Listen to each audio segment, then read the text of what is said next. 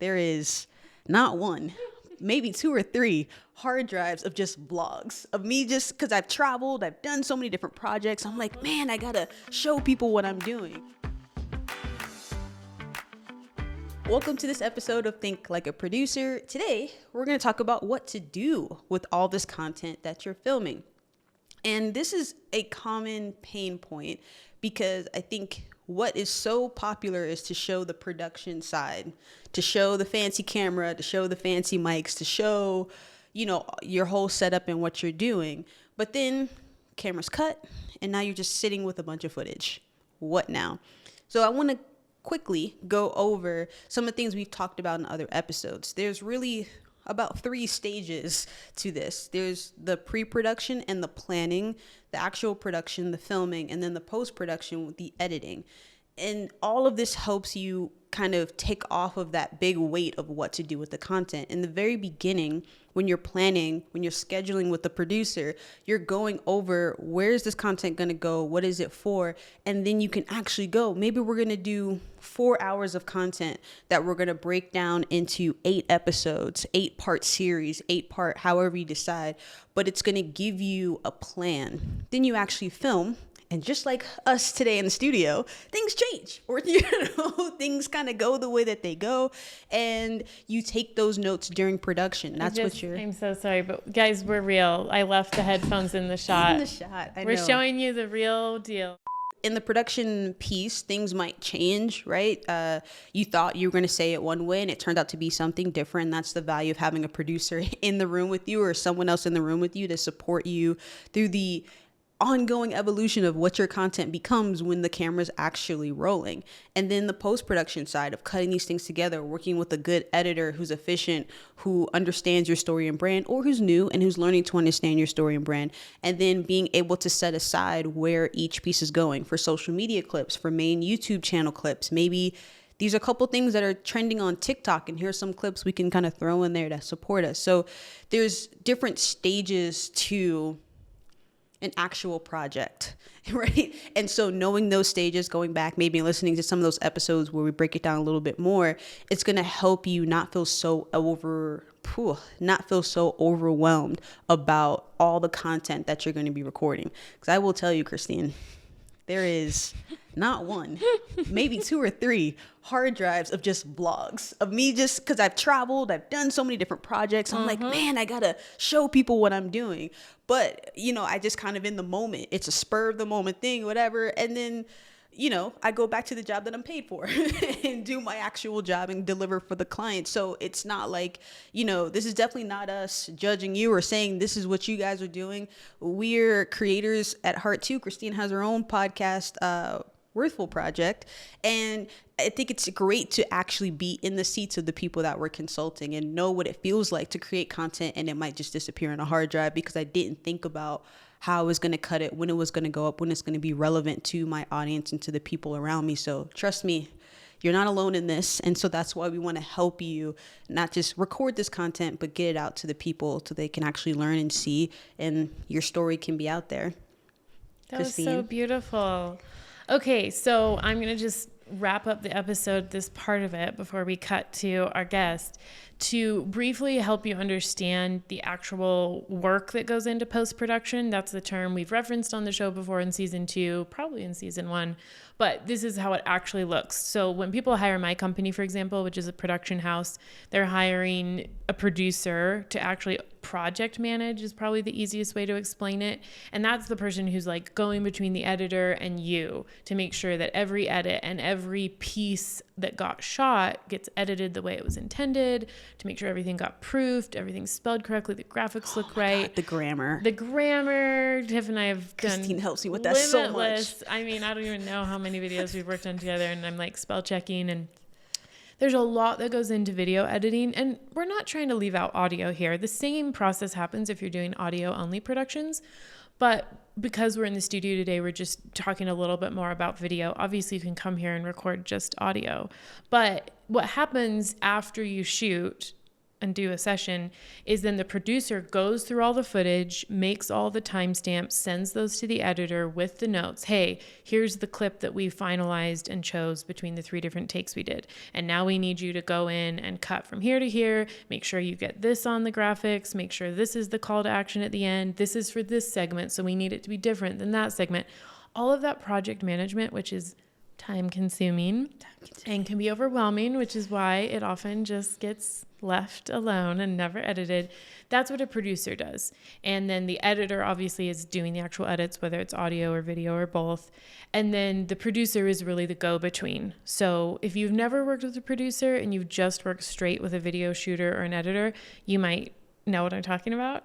There's a lot of communication that happens, and there's a lot that happens with file management and organizing the different cuts and the different edits, V1, V2, V3, V4, we're almost there, but on V5 we need just this little tweak. All of that is what we call post-production. So it gets your raw footage to your final version exactly how you wanted. And that essential part of a shoot and a production is what allows you to then have content that you know exactly what to do with. It's easy to shoot, and sometimes you get really excited about the shoot and you finish the shoot and you're like, yes, it's done, but it's actually not. Because without a plan that a producer creates for you, this is what I do with a lot of my clients, of like, okay, exactly where are we publishing this content? What platforms, what length, what topics, how often. Maybe we're shooting, a 10 episode mini-series for YouTube, but we also are making sure that we have cuts for LinkedIn and Instagram, maybe YouTube clips. We have to think about, okay, how often are we going to cut? How often are we going to post those? Maybe we're going to drop the whole season at once, but then we want to share the clips for several months on social media. So that's just hopefully whetting your appetite to think through all the things you can do with the content you shoot. You can tell that we're trying very hard to convince you to bring on a team, or at the very least, a producer to manage the process of getting all of your content edited and organized and delivered to you in a way that's usable, because we want all of your content to be out in the world. But there's a lot of things you can do with it. And just because you hired a crew and did a shoot doesn't mean you're at the finish line, because a capable team can take you there if you let them continue and handle the post-production and get it through to the end. And honestly, unless you just absolutely love editing and making media, unless you're like Tiff and I, you should really outsource this. Like, this is way too much time and energy for you to do yourself. Just take it from us on that. If you're the host, if you're the talent, if you're the expert, getting in the weeds with all of this will just suck all the joy and time out of the whole process. So leave it to people who really do this for a living, have the experience, have the team, have the communication channels, have the platforms, and can do that for you. And that will allow you to get the very most out of the content you shoot. And it can just be delivered to you in beautiful folders on the cloud that is ready for posting with, specific instructions and best practices. So that's our vision for you. We're going to show you now our guest, Emily. She's a professional consultant and works with executives, and we're going to kind of let you see how we are helping her think through a strategy for her content and what she's going to do with what she gets shot. So we will show you some of that, and then we'll come back at the end and wrap it up. Hey, everybody. We're here for this next segment. This is my friend, Emily Chipman, who's an executive coach. And she's the real deal. I just want you to know. I mean, you can obviously tell. But the reason we wanted to feature Emily in this episode is because she actually makes a lot of content for her business. She has seen the vision. She's drunk the Kool-Aid. And she shoots videos in her home. Yeah. She's done live streaming. She understands having your content on multiple platforms, which means, Emily, you make a lot of content. So tell me a little bit about how you've seen the value of making sure that you have a plan for the content you shoot versus just making stuff. Yeah, so one of the things that I learned is that it's really important to be able to map out your year and know what you're buying, what clients or other people are buying for. So I know that when I am producing something, I'm thinking 3, sometimes 6, sometimes 9 months down the road, and I need to be putting these things into people's minds. So that's one of the versions of planning. There are other types of videos that are needed though, such as personality videos that are live in the moment, and having that plan to know exactly what you are speaking about and what you're doing makes it a lot easier. And I will say less stressful. I really feel like your business can be a lot more successful and less stressful when you know what you're driving to. And I didn't do that at first. I mean, who does? We talked this morning about how we just, you only learn things by doing them, especially in media production. So thank you for telling us the truth. It was messy and bad.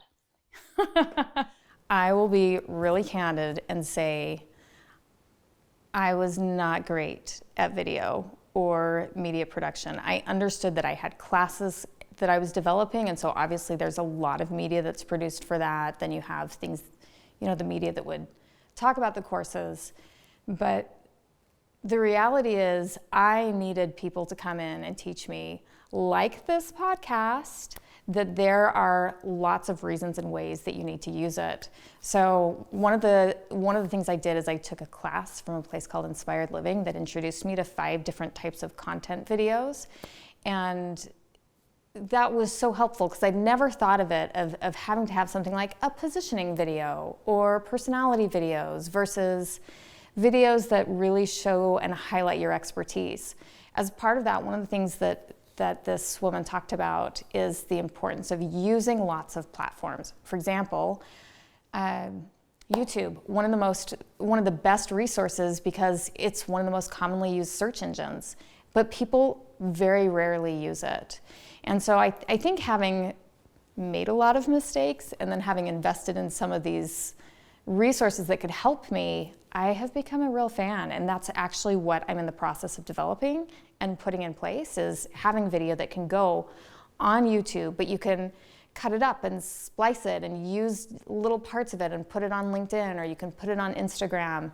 And I will say, as I have started doing this, and I'm not even full up and running, it's amazing how many followers have just been adding and coming on, and the visibility that happens. Okay, so now you've seen us walk through that process. I just want you to take a moment and imagine a world where you hire a team and you just come in, show up, and let them deal with the content. Can you imagine? Man. So thank you for watching this episode. We really hope you learned a lot, got some new insights into this wonderful world of content creation, posting all the great things. And if you have any questions, of course, you can always send it to us. Leave a comment below on our YouTube channel. We would love to have some reviews on our podcast. While we do think that this season you should definitely watch, because these are hands-on tutorials, we understand that you're in the car right now and you just want to listen. You're going to watch later. So if this episode really did help you level up your ideas, your production, what you're going to do in the future, please leave us a review. It helps us really get to more people so that we can share these ideas for absolutely free. If you're not already, subscribe to the podcast, and we will see you on the next episode of Think Like a Producer. They can just cut around whatever makes the best piece there. I just realized your glasses are on the floor. They're just like tragically vulnerable. I'm confident. You are confident. I'm cool. It's like we're giving each other affirmations at Cafe Gratitude. That's why I like being around you. Oh my gosh. You don't understand. Affirmation.